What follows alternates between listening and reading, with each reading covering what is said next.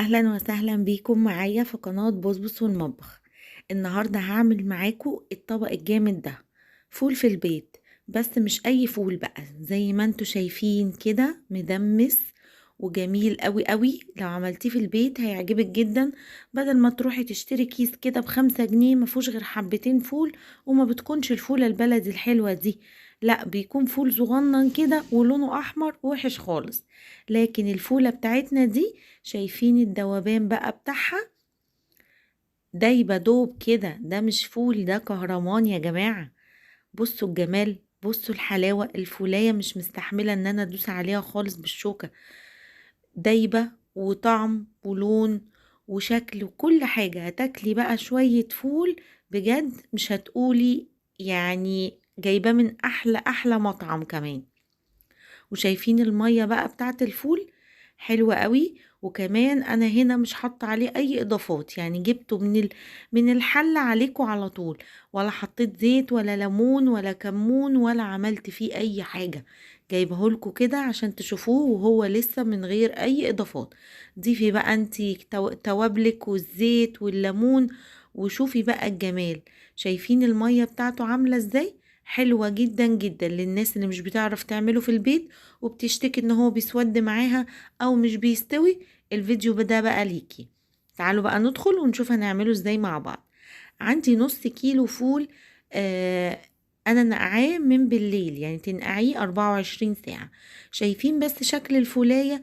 هاتي الفولة البلدي اللي لونها فاتح دي، بتبقى جميلة اوي في التسوية، غير الفولة التانية اللي لونها بني وصغيرة. دي مش فولة للأكل خالص، احنا هنعمل بقى فول حلو في البيت.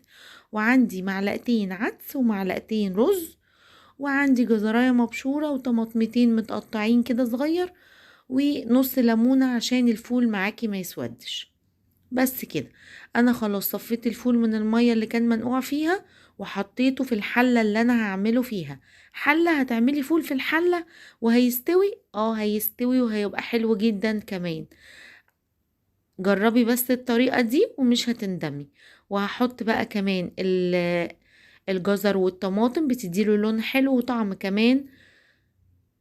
وهحط نص ليمونة، هعصرها كده عشان تخلي لونه جميل، وما تخلوش يسود خالص اثناء التسوية. ولو في بذرة وقعت منك كده شيليها. هنا بقى التركية اللي بتخلي الفول ما يستويش معاكي والقشرة بتاعته تبقى مجلدة. لازم نضيف مية مغلية. ما ينفعش اضيف على الفول مية باردة واقول ما كده كده هيغلي على النار. القشرة بتاعته هتكون مجلدة في التسوية ومش هيستوي معاكي حلو.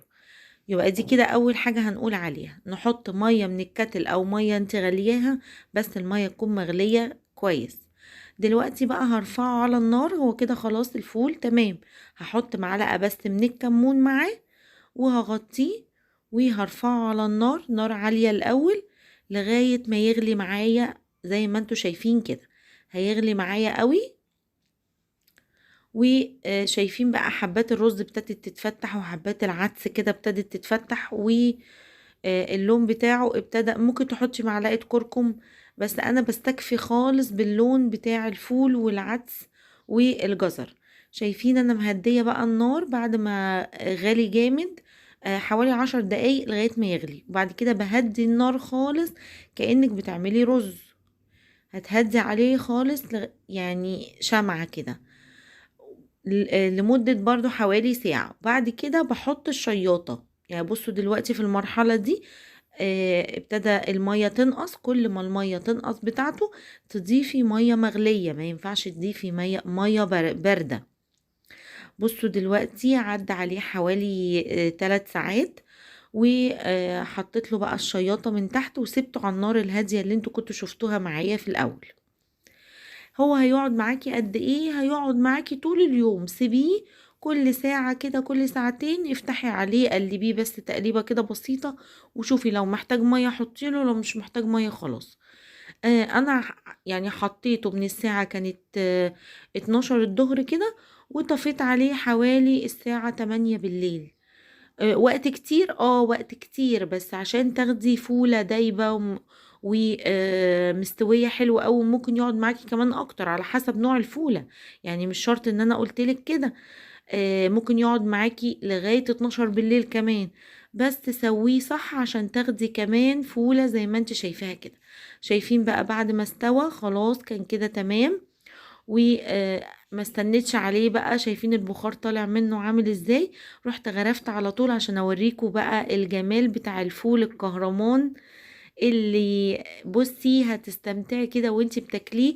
وتقدري ان انتي تعمليه اكياس سندوتشات بعد ما يبرد خالص، ممكن تحطيه ليلة في التلاجة وبعد كده تعبيه اكياس سندوتشات وتحفظيه في الفريزر، وقت ما تحبي عايزة فول تطلعي الكيس. بجد طريقة حلوة جدا وطعم تحفة. ولو عملتيه بالطريقة دي مش هتبطلي تعملي فول في البيت. وكمان عملتيه في حلة، بس يعني ما احتاجتيش دماسة، ولا لازم نعمله في دماسة ولا الكلام ده خالص. لا، في حلة عادي خالص. بس ما تبقاش حلة واسعة قوي، يعني حلة تبقى مضمومة كده شوية. وما ينفعش في حلة ستانلس خالص ان انتي تعملي فول. لازم الحلة تكون ألمونيوم او جرانيت عادي، او سيراميك عادي برضو. يا رب بقى الطريقة تكون عجبتكم، وجربوا الفول في البيت مش هتبطلوا تعملوه أبدا.